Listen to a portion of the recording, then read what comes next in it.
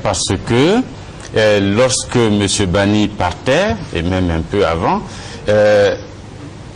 les animateurs principaux aujourd'hui qu'il y a dans le RHTV ont exigé que le président de la République, pour gagner en temps et en efficacité pour la sortie de crise, utilise l'article 48, prenne les pleins pouvoirs exécutifs et législatifs, tranche pour régler et le problème de Ouattara, et le problème du budget, et le problème de sortie de crise. Et depuis, c'est eux qui ont voulu que le président Gbagbo prenne l'article 48.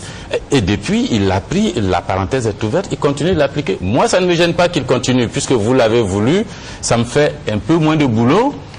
Il ne fallait pas sortir des règles de bonne gouvernance. Il ne fallait pas. Ils ont dit au président Gbagbo, l'article 48, l'accord de Pretoria. Prenez l'article 48, c'est bon, ça évite le Parlement. Parce que le Parlement, les gens, ils parlent trop. Ils parlent trop, ils retardent le processus de sortie de crise alors qu'on a besoin de paix.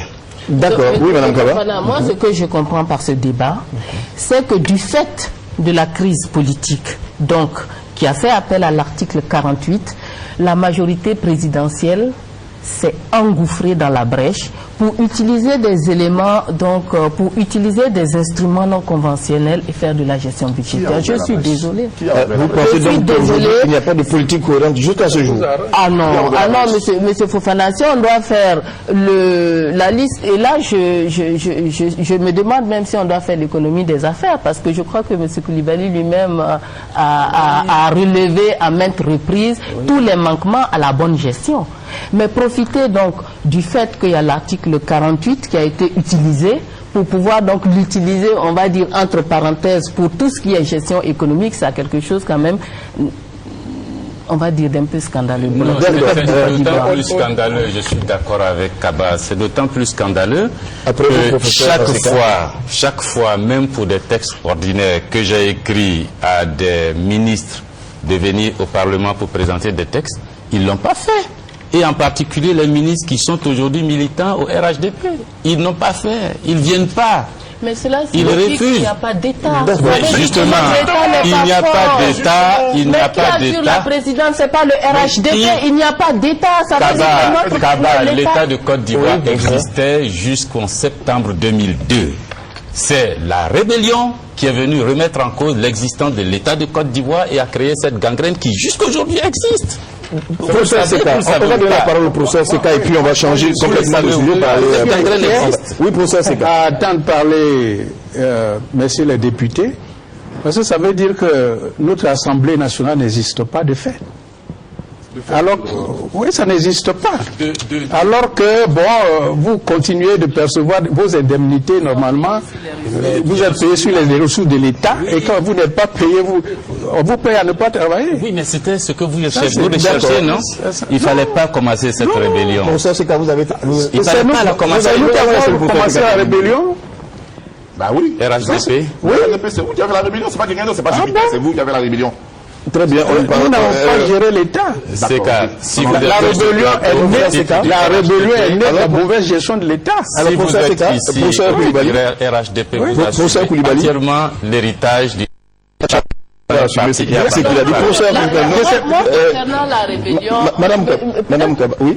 Peut-être cette question de rébellion-là, c'est une question qui est un peu compliquée. Elle revient souvent. Elle est attribuée, je ne sais pas, parce qu'il y avait une insinuation, vous avez amené la rébellion. Moi, je pense, et ça fait partie aussi de la gouvernance, hein, c'est du devoir des autorités d'un pays d'assurer la sécurité des personnes et des biens. De créer les conditions, c'est de créer les conditions de la sécurité de tout le monde. De créer les conditions aussi de la paix sociale. C'est important. En ce qui concerne la paternité de la rébellion, j'ai cru entendre de la bouche des autorités que s'il y avait le moindre soupçon ou la moindre preuve que le président, donc le candidat du RHDP était impliqué, il aurait été arrêté. Si ce n'est pas le cas, arrêtons de faire des insinuations à des fins électoralistes. Bon, on a une certitude. On a une certitude. Madame Kaba, M. William Atebi, on a une certitude, c'est que sur ce plateau, on ne pourra pas déposer là les preuves de cette rébellion. Moi, j'ai la preuve. Si vous avez les preuves. M. Atebi devrait les sortir. Donc on va parler de choses. Parlons maintenant. Parlons, s'il vous plaît. On a tous vu Madame Kaba, ce que nous allons faire, nous allons parler de notre administration de façon générale. Est-ce que vous êtes d'accord avec moi ou que je me trompe que notre administration est assez tatillonne et bureaucrate aujourd'hui? C'est une question ouverte. Je pense que tout le monde devrait être d'accord avec. Je suis d'accord avec le professeur. Tatillonne, incompétente, corrompue, bon. Professeur, voici des mots que vous venez de citer. Mais qu'est-ce qui se passe? Vous, LMP, j'ai envie de dire, vous avez les rênes du pouvoir. Pourquoi est-ce que vous avez du mal à enrayer la corruption et tout cela? Juste un élément de rectification. Oui. La majorité présidentielle n'a pas les rênes du pouvoir. La majorité présidentielle partage le pouvoir. Nous sommes dans un État dans lequel le président de la République est issu du FPI, le premier ministre issu du MPCI, mouvement rebelle, et puis dans le gouvernement, des ministres sont issus du MFA, de l'UDPCI, du RDR, du PDCI, RHDP. Et si vous regardez, le poids de la majorité présidentielle dans ce gouvernement ne dépasse pas les 25-26% en termes de ministres et de responsabilités. Donc nous partageons. Comment se fait-il que nous n'arrivons pas à maîtriser? Voilà, la précision est en fait. Qu'est-ce qui se passe? Vous, avec ceux qui sont la défaillance de l'État. Qu'est-ce qui fait votre incapacité à régler ce problème? La défaillance de l'État. La défaillance de l'État. À partir du moment on ne risque pas d'avoir des solutions les jours qui arrivent, c'est pas possible? Si. Si on fait des élections, sans conflit, sans bagarre, sans tricherie, sans que un parti ou un groupe de partis interdise des espaces du territoire national aux militants et aux candidats des autres partis, si ces élections ont lieu, que le résultat des urnes nous désigne un président de la République, il gouverne seul, sans partager avec qui que ce soit, et il va mettre de l'ordre. Avant cela, vous pensez qu'on ne peut rien contre la corruption et qu'on va continuer avant cela, il n'y a rien à faire. Oui, M. William Atebi. Avant cela, il n'y a rien à faire. Il reste une semaine. Avant cela, il n'y a rien à faire. Et je dois dire que moi, je suis persuadé d'une chose.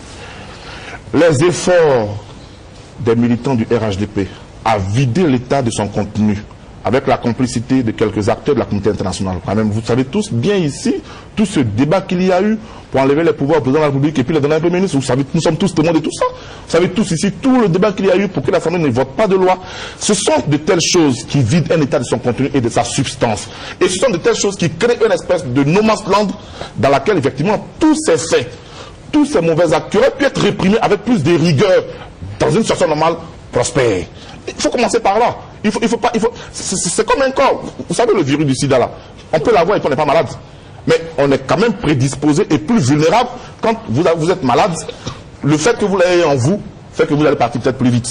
C'est pareil pour un État. Si vous le videz de son contenu, si vous contestez l'autorité du chef de l'État, si le président de la République ne peut pas dire à un ministre, fais ceci, fais cela, si un ministre se sent plus obligé d'obéir à son parti qu'au chef de l'État, comment voulez-vous qu'un tel État puisse avoir toute la rigueur nécessaire pour régler les problèmes de corruption? Cette question, je la laisse en suspens. Madame Kaba, il pose une question. Si les instructions du président de la République ne sont pas respectées, les instructions sont prises ailleurs, chez les patrons de partis politiques, on peut avancer? Moi, ce que je voudrais dire sur cette question, c'est qu'en réalité, c'est plutôt l'inverse qui s'est passé. Ce que je comprends, c'est que le candidat veut partager le bilan de sa gestion avec les ministres du RHDP qui ont bien voulu, dans un esprit donc de participation à la résolution des problèmes politiques nationaux, qui ont bien voulu participer au gouvernement. Non, c'était des accords, mais qu'est-ce qui s'est passé? Mais dès qu'ils sont venus de Marcoussis, les accords ont été vidés de leur sens. Tout le monde sait que nos ministres n'ont pas de pouvoir réel. Tout le monde sait que les ministres n'ont de pouvoir que de nommer les membres de leur cabinet. Au-delà des membres de leur cabinet,